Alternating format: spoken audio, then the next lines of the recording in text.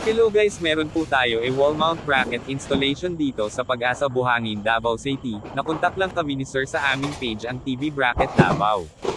Ang TV na ito galing pa sa Tagum City, pinaw out namin doon kasi naglipat sila sir dito sa Davao. Nagpunta pa ako doon para mag-detach nitong TV kasi di nila alam kung paano tanggalin ang TV. After work ko na ito pinuntahan doon, from Davao to Tagum mga 1 oras at 20 minutes lang ang biyahe, at nang makarating na kami sa Davao agad ko ito v-try para malaman kung wala ba itong damage during sa pagbiyahe namin, at okay naman ito at good naman ang TV at walang damage. Kaya agad ko na ito nilagyan ng bracket sa likod at nilagyan ng mga bolt, at sinukat para ma-estimate nila sir kung hanggang saan ang TV, at sa pag-drill dito gagamit lang tayo ng special na drill bit para di na tayo gagamit ng hammer kasi sobrang gabi na, at baka makadisturbo pa kami sa mga kapitbahay. Itong drill na gamit ko napakahusay talaga, kahit anong tigas ng wall ay kakayanin niya.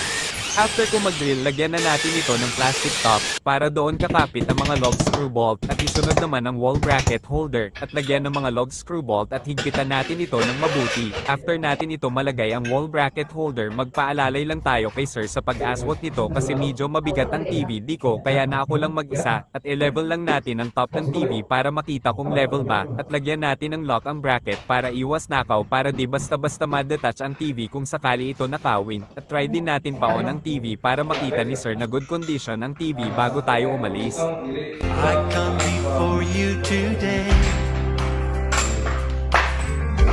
There's just one thing